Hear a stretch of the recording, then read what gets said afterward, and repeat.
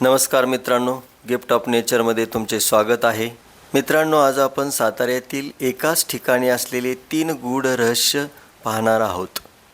पहिलं आहे ते एकाच पाषाणात असलेलं स्वयंभू शिवलिंग. नवनाथांनी ज्या ठिकाणी साधना केली ते एकाच पाषाणातील हे नवनाथ गुफा आणि नवनाथांचे एकाच पाषाणातील मूर्ती आणि या डोंगर माथ्यावर अखंड वाहत असणारा हा पाण्याचा झरा. चला तर आपण साताऱ्यातून कास पठारमार्गे देवकल या गावी चाललेलो आहे.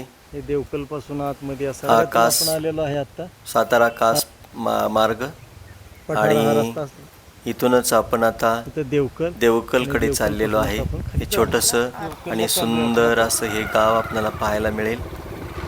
अतिशय सुंदर निसर्गरम्य असं हे वातावरण, पर्वतरांगा, घनदाट झाडी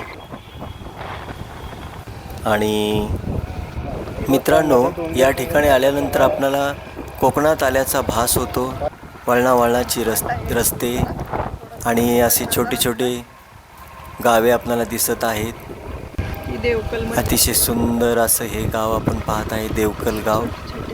आणि या देवकल गावातूनच आपण पुढे सोमेश्वर मंदिराकडे जात आहोत. अतिशय सुंदर रस्ता, सुंदर गाव. मनाला एक आनंद इथं आल्यानंतर मिळतो, एक शांती मिळते. अतिशय सुंदर.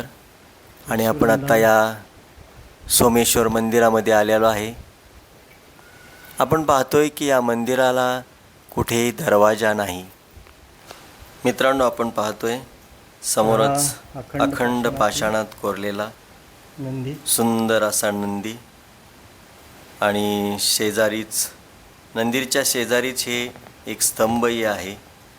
हे इतर मंदिरात कुठे पाहायला मिळत नाही, पण या ठिकाणी मात्र आपल्याला हे स्तंभ पाहायला मिळतं नंदीच्या शेजारी. ओम नमः शिवाय. ओम नमः शिवाय. ओम नमः शिवाय.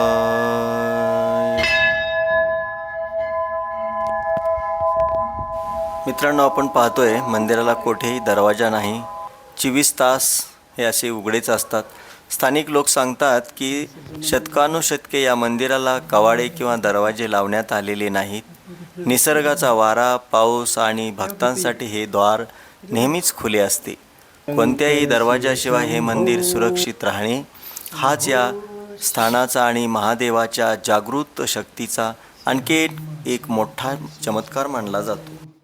या मंदिरात पाऊल ठेवताच एक वेगळीच शांतता आणि सकारात्मक ऊर्जा जाणवते.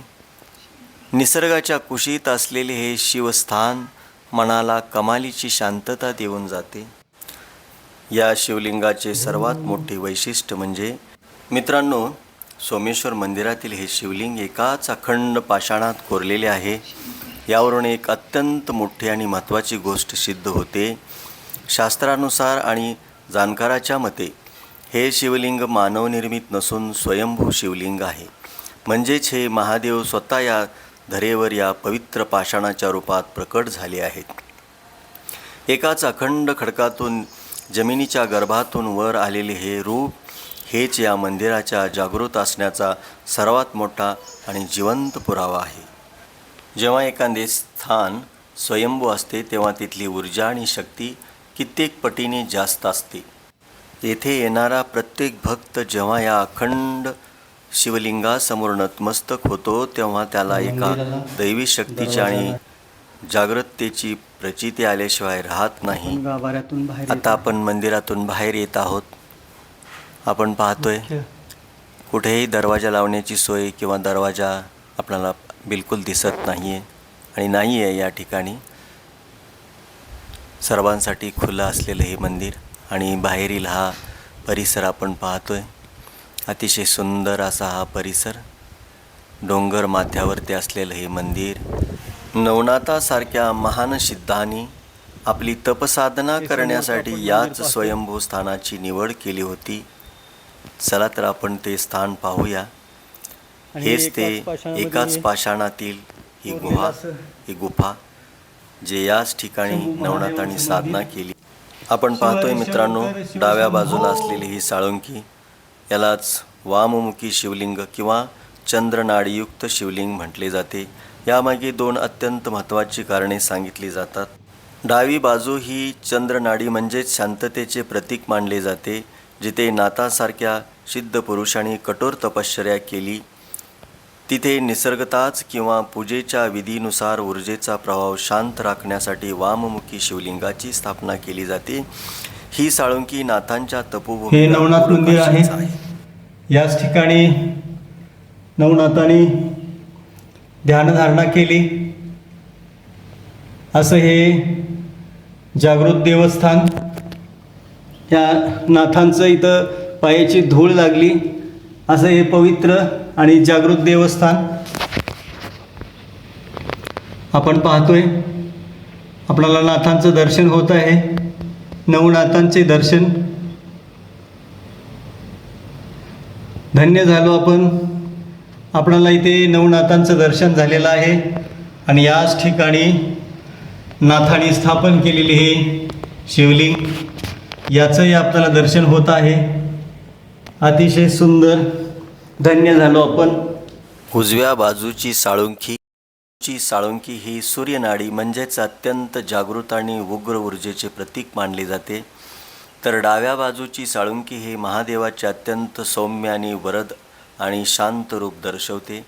येथे येणाऱ्या प्रत्येक भक्ताला एका वेगळ्याच मानसिक शांततेची प्रचिती येते, ती याच चंद्रनाडीच्या ऊर्जेमुळे.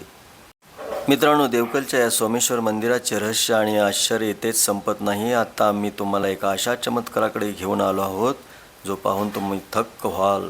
या मंदिराच्या अगदी टॉपवर म्हणजेच डोंगराच्या माथ्यावर एक अखंड वाहणारा पाण्याचा जिवंत झरा आहे. होय, तुम्ही अगदी बरोबर ऐकले. उन्हाळ्यात असो, हिवाळा असो किंवा पावसाळा, कोणत्याही ऋतूत हा झरा कधीही आटत नाही. डोंगर माथ्यावर जिथे पाण्याचा कोणताही वरचा स्रोत नसताना, जिथे वर्षभर 24 तास हे पाणी कुठून येते, हे आजही एक मोठे रहस्य आहे. स्थानिक लोक याला महादेवाच्या जटेतून वाहणारी गंगा मानतात. या जिवंत झऱ्याचे पाणी इतके स्वच्छ, शुद्ध आणि गोड आहे की या पाण्याने ताण भागवल्यावर प्रवासाचा संपूर्ण थकवा एका क्षणात दूर होतो. निसर्गाचा एक असा अनोखा चमत्कार आहे जो या तपोभूमीच्या पवित्रतेला आणखीन वाढवतो. मित्रांनो, दरवर्षी महाशिवरात्रीला आणि संपूर्ण श्रावण महिन्यात देवकलच्या सोमेश्वर मंदिरात मोठी जत्रा भरते. साताऱ्यातूनच नव्हे तर महाराष्ट्राच्या कानाकोपऱ्यातून हजारो भाविक या स्वयंभू शिवलिंगाच्या दर्शनासाठी आणि नाथांच्या गुफेला भेट देण्यासाठी इथे येतात. या काळात हर हर महादेवच्या जयघोषाने संपूर्ण परिसर दुमदुमून असं जातो. ठिकाण हां हो, इथून वेळेकामटीत उतरलं जातं. इथून खाली गेलं की वेळेकामटी, वेळेकामटीतनं गेलं की हे कनेर धरण. हे समोर पाहतोय ते आपण कनेर धरण. आणि तो बॅकचा जो परिसर आहे तो देवकलचा. हां बरोबर आहे. इथून नको नको नको तिकडे नको जायला तर बस. आपण पिण्यासाठी घेतलेली ही पाईपलाईन आणि पुढेही असं पाण्याचे काही ठिकाणी पाणी घेतलेलं आहे पिण्यासाठी. अतिशय सुंदर असा हा परिसर. आणि खरं तर भक्तांसाठी, भक्त आल्यानंतर त्यांना पिण्याची सोय पाण्याची या डोंगर, तुम्ही इथं या आणि या निसर्गरम्य. हां हो हो हो हो, हीच ती कपारी. इथूनच खाली वेळेकामटी आहे. चला तर मंडळी, आपण आता निघूया. धन्य झालो आपण या अद्भुत आणि एक दिव्य शक्तीने परिपूर्ण असं हे शिवलिंगाचं दर्शन घेतल्यानंतर. आणि आता पावसाला सुरुवात होत आहे. चला आपण गरजायला लागले. चला आपण आता निघूया.